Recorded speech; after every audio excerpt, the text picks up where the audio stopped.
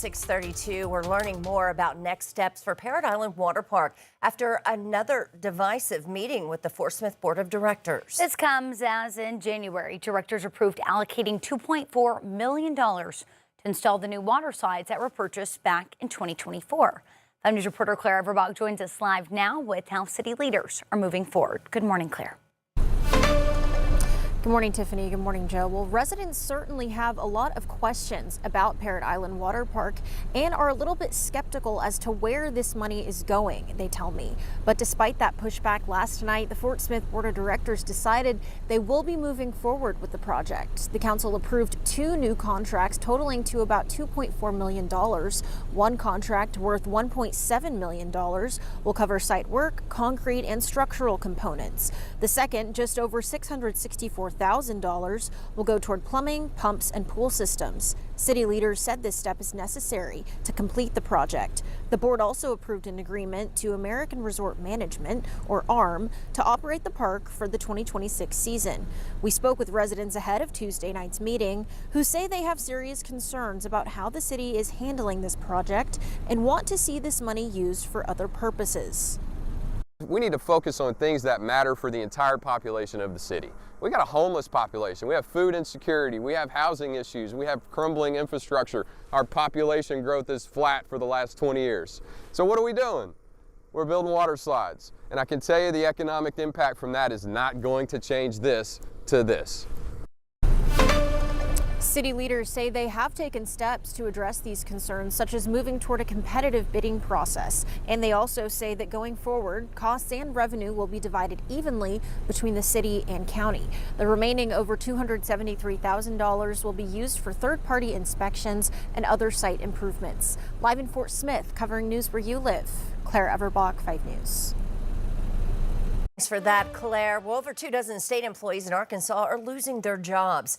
A report on the staff change is set to be given in a state capitol subcommittee meeting today. The Department of Commerce shutdown from earlier this year forced several state workers into furlough for multiple months. Now we're learning 17 employees at the Division of Services in Arkansas for the Blind are being cut. That's along with 10 from the Division of Workforce Services. Both divisions are housed under the Federal Commerce Department. Commerce Secretary Hugh McDonald said staff reductions come due to budgetary constraints. Meanwhile, a new report showcases a growing trend with Arkansas farms.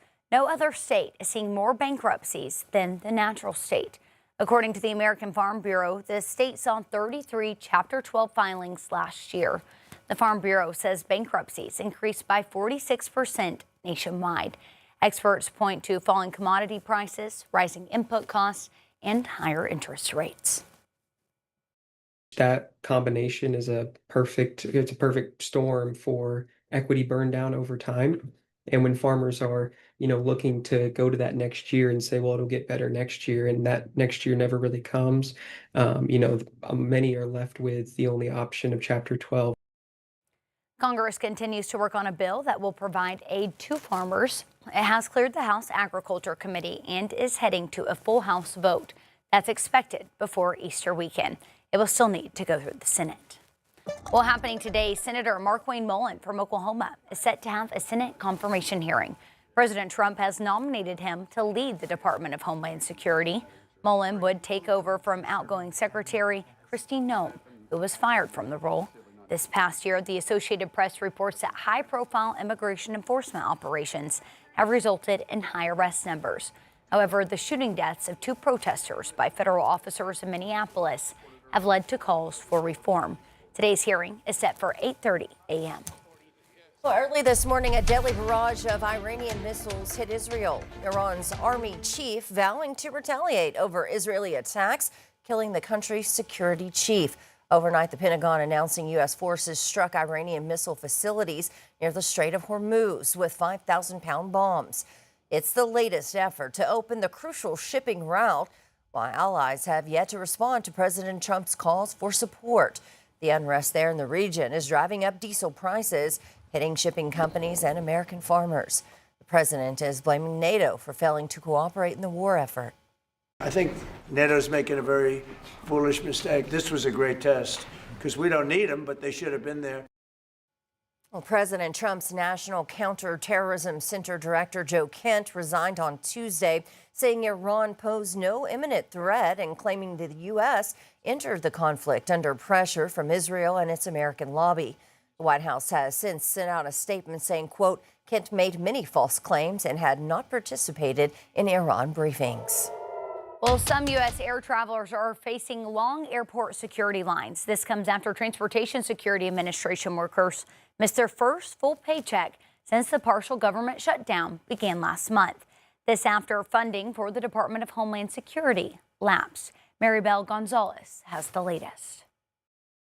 If this continues, it's not hyperbole to suggest that we may have to quite literally shut down airports. TSA's acting deputy administrator Adam Stahl told Fox News that with the government agency fully stretched, some smaller U.S. airports may be forced to shut down as the partial government shutdown drags on. TSA employees went through this just back in October, 43 days, the longest shutdown in the history of the country.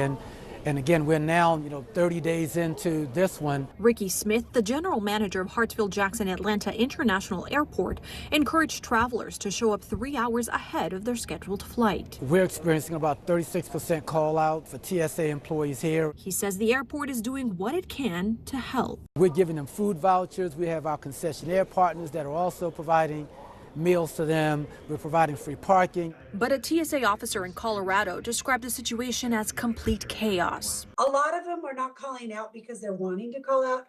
A lot of them are calling out because they can't afford the gas to come to work. On the flip side of that, I have some officers that are spending the night in the airport so that they don't spend any money going home. She urged lawmakers to do their job so they can do theirs.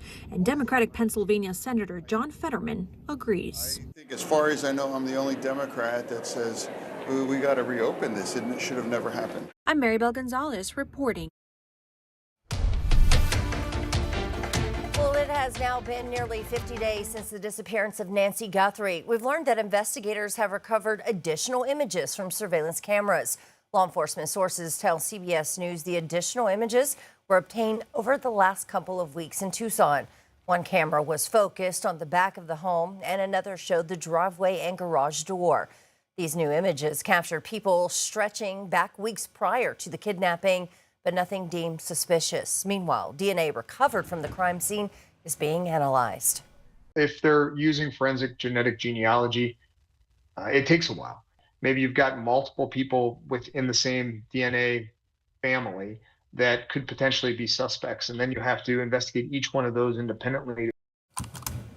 Authorities continue to receive tips. Over 1,500 leads came in to the FBI after the Guthrie family announced $1 million reward.